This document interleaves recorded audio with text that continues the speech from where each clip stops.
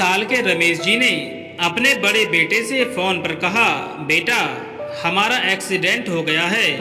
मुझे ज़्यादा चोट नहीं आई, पर तेरी माँ की हालत गंभीर है। कुछ पैसों की ज़रूरत है और तेरी माँ को खून चढ़ाना है।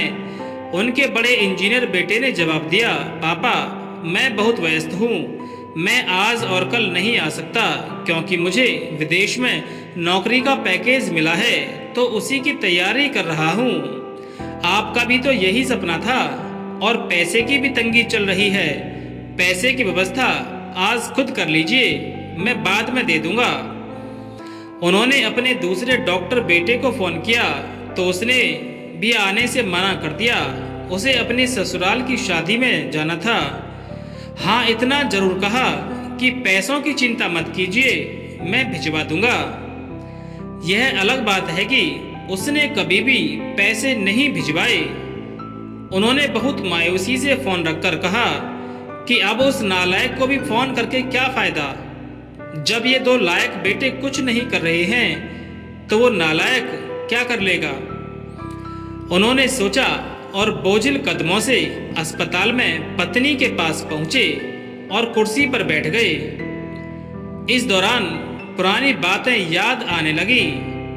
रमेश जी स्कूल में शिक्षक थे। उनके 3 बेटे और एक बेटी थी। बड़ा इंजीनियर और मंझला डॉक्टर था।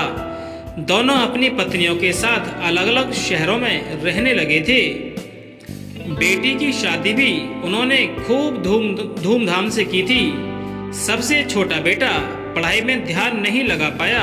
11वीं के बाद उसने पढ़ाई छोड़ दी और घर में ही रहने लगा। कहता था कि मुझे नौकरी नहीं करनी, अपने माता पिता की सेवा करनी है। पर मास्टर साहब उससे बहुत नाराज रहते थे। उन्होंने उसका नाम नालायक रख दिया था। दोनों बड़े भाई पिता के आज्ञाकारी थे, पर वह गलत बात पर भी उनसे बहस कर बैठता था। इसलिए रमेश जी को वह पसंद नहीं आया। जब रमेश जी रिटायर हुए तो जमा पूंजी कुछ नहीं थी। सारी बचत दोनों बच्चों की उच्च शिक्षा और बेटी की शादी में ही खर्च हो गई थी। शहर में एक घर और गांव में थोड़ी सी जमीन थी। घर का खर्च उनकी पेंशन से चल रहा था। रमेश जी को जब लगा कि छोटा बेटा सुधरने वाला नहीं, तो उन्होंने बंटवारा कर दिया और उसके हिस्से की जमीन उसे देकर गांव में ही भेज दिया। हालांकि वह जाना नहीं चाहता था, पर पिता की जिद के आगे झुक गया और गांव में ही झोंपड़ी बनाकर रहने लगा। रमेश जी जब भी अपने दोनों होनहार और लायक बेटों की तारीफ क्या करते थे तो उनका सीना गर्व से चौड़ा हो जाया करता था, पर उस नालायक का नाम भी नहीं लेते थे। 2 दिन पहले दोनों पति पत्नी का एक्सीडेंट हो गया था। वह अपनी पत्नी के साथ सरकारी अस्पताल में भर्ती थे। डॉक्टर ने उनकी पत्नी को ऑपरेशन करने को कहा था। जब उस नालायक बेटा को किसी तरह माँ की तबीयत की जानकारी हुई तो वह अस्पताल पहुंच गया। लेकिन रमेश जी ने गुस्से से मुंह फेर लिया, पर उसने पापा के पैर छुए और रोते हुए बोला, पापा आपने इस नालायक को क्यों नहीं बताया? पर मैंने भी आप लोगों के पास जासूस छोड़ रखे हैं, खबर मिलते ही भाग आया हूँ। पापा के विरोध के बावजूद उसने उनको एक बड़े अस्पताल में भर्ती कराया, माँ का ऑपरेशन कराया और अपना खून दिया। दिन रात उनकी सेवा में लगा रहता था। एक दिन अचानक वह गायब हो गया। वह उसके बारे में फिर से बुरा सोचने लगे थे कि तीसरे दिन वह फिर वापस आ गया। महीने भर में ही माँ एकदम ठीक हो गई। वह अस्पताल से छुट्टी लेकर उन लोगों को घर ले आया।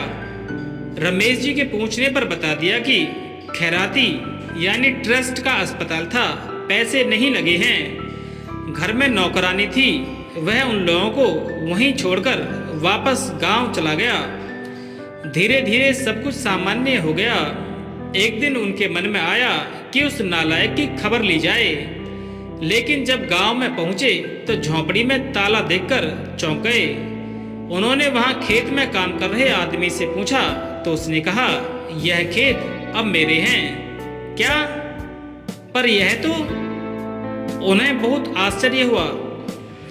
उस आदमी ने कहा, हाँ, उसकी माँ की तबीयत बहुत खराब थी, लेकिन उसके पास पैसे नहीं थे, तो उसने सारे खेत बेच दिए। अब वह रोजी रोटी की तलाश में दूसरे शहर में चला गया है। बस यही झोंपड़ी उसके पास रह गई है। यह रही उसकी चाबी।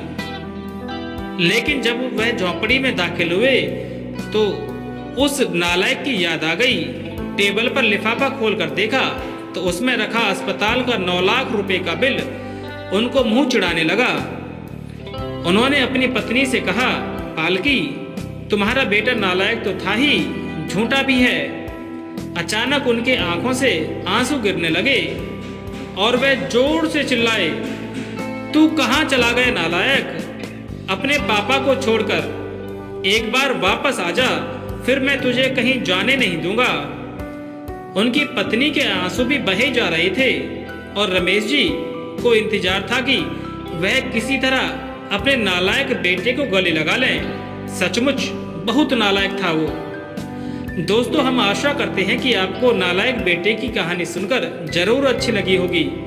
अगर कहानी सचमुच अच्छी लगी हो तो इसे लाइक करें और चैनल को सब्सक्राइब जरूर कर दें, क्योंकि यदि आपके द्वारा इस चैनल को सब्सक्राइब किया जाएगा तो आपका कोई नुकसान नहीं होगा, बल्कि सब्सक्राइब करने से हमारा हौसला बढ़ेगा और हम लगातार आपके सामने प्रेरणादायक कहानियाँ लेकर आते रहेंगे।